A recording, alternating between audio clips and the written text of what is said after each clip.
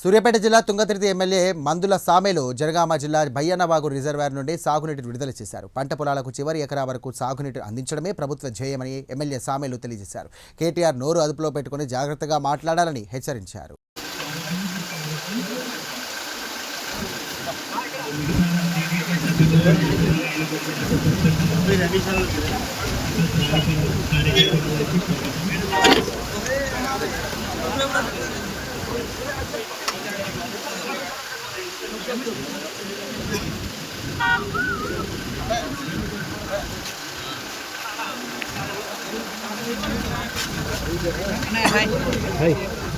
దాని కింద రావాలి రారాగా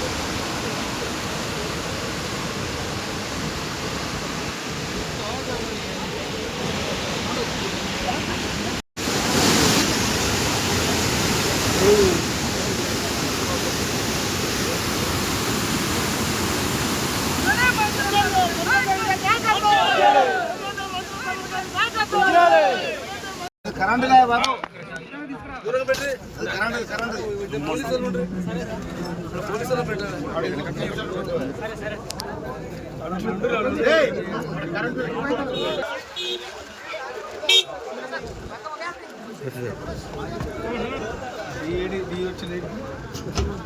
లోకల్ ఉన్నారు సర్పంచ్ అట చైర్మన్ అట లోకల్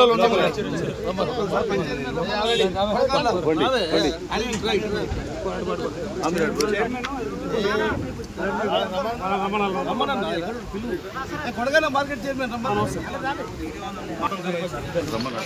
రమ్మని పక్క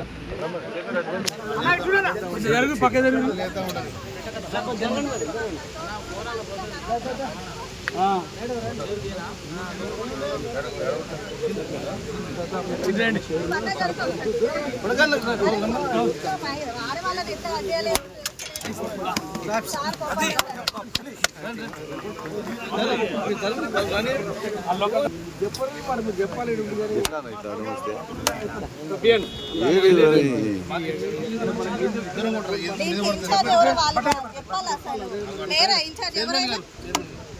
కోపడొద్దు సార్, అసలు ఎట్లా తోసుకుంటారు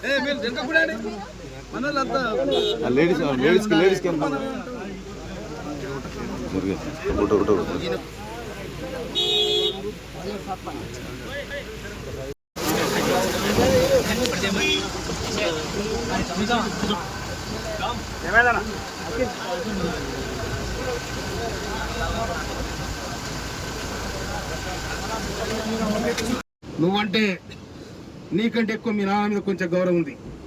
మీ నాన్న గౌరవం కాపాడాలంటే నువ్వు నోరు అదుపులో పెట్టుకోవాలి. లేకపోతే మేమే గనక నోరు తెరిస్తే నీ మాటలకు 100 సమాధానాలు చెప్పి 100 మాటలు చెప్పగలం. మాకు నైతిక విలువ ఉంది, మా ముఖ్యమంత్రి గారికి నైతిక విలువ ఉంది. ఆయనే కనుక ఒక్కసారి వీళ్ళేందని అనుకుంటే మీరు అందరూ కూడా జైల్లో కూర్చునేవాళ్ళు. కానీ ఇంకా ప్రజాస్వామ్య డెమోక్రసీలో మనం ఇక్కడ చేయొద్దు. మన కాంగ్రెస్ ప్రభుత్వం వచ్చింది, ప్రతి కార్యకర్త చల్లగా ఉండాలి, ప్రతి ఈ రాష్ట్రం జిల్లాలు మండలాలు చల్లగా ఉండాలి, ఎక్కడ కూడా ఏం జరగొద్దని అనుకుంటారు. కానీ నీ ఇష్టం వచ్చినట్టు మాట్లాడుతున్నావు కేటీఆర్.